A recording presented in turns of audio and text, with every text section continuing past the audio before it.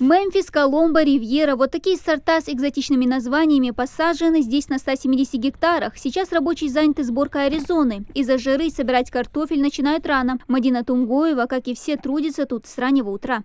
Где-то основной бог бомбиса, я просто на подработку отпускаю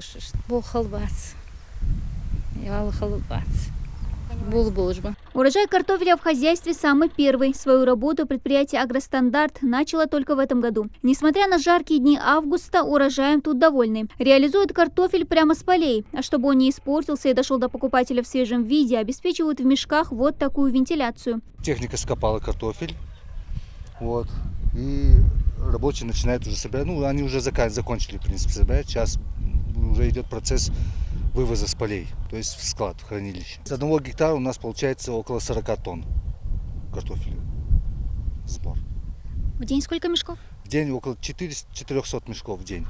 400-450, ну иногда 500 бывает. Хорошая урожайность, засухоустойчивость и пригодность для выращивания на разных типах почв. Преимуществ посаженных сортов картофеля много. Однако для отличного урожая культуре нужен постоянный полив, уборка от сорняков, окучивание и добавка удобрений. Помогает в работе закупленная техника. Техника у нас вся российская, а вся прицепная техника у нас бельгийская и немецкая. Каждая прицепная техника отвечает за ту или иную работу. Сеялка, копалка, сажалка, фрезеровочные станки, вот эти аппараты. Ну, техника она новая вся, ну, пока не капризная. Тракторов в хозяйстве 9, в основном отечественного производства. Есть и техника из Белоруссии. Их главный плюс – автоматизированный рабочий процесс. Вот эта техника, за ней уже у нас прицепное устройство – это опрыскиватель. В этот опрыскиватель у него есть свой GPS-навигатор. Забиваешь параметры, вот, например, тебе нужно поле, у тебя, например, 170 гектаров, допустим. Ты должен в день пройти 50 гектаров.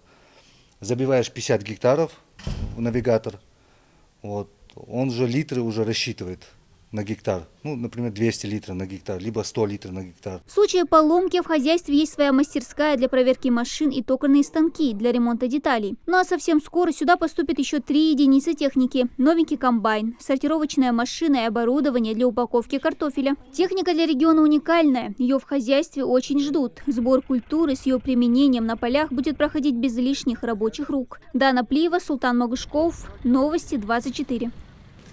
Минсельхозрегиона информирует, завтра, 7 сентября, по республике пройдут сельхозярмарки. Их организуют по поручению главы Ингушетии.